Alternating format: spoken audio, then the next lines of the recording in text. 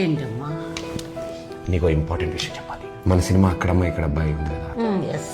దాన్ని trailer launch చేయాలి. చెయ్యమ్మా, ఆల్ ద బెస్ట్. చెయ్యమ్మా కాదు, చెయ్యాలమ్మా. ఎవరు? నువ్వు. నేనా?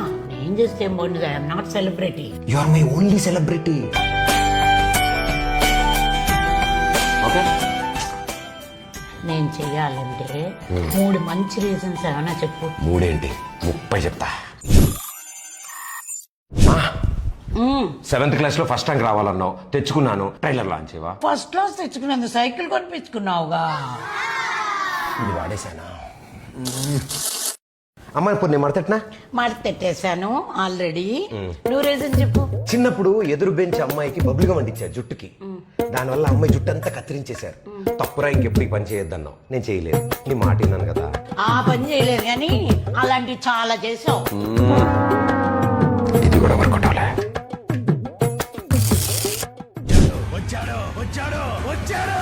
ఏంటో మా సినిమా చూస్తున్నావా? కాదు, క్రికెట్. ఎట్టకారం. ఈవిడికి అన్ని నా పోలికలే. ఇప్పుడు చిన్నప్పుడు స్కూల్ నుంచి ఒక్క కంప్లైంట్ కూడా ఇంటికి రావద్దన్నావు. నేను రానివ్వలేదు కదా, మరి ట్రైలర్ లాంచ్ చేయవా? భగవంతుడా, అదే ప్రశ్న. స్కూల్ నుంచి కంప్లైంట్లు రాలేదు, స్కూల్కి మమ్మల్నే రప్పించావు. నువ్వు సినిమా చూస్తున్నావు ఇప్పుడు.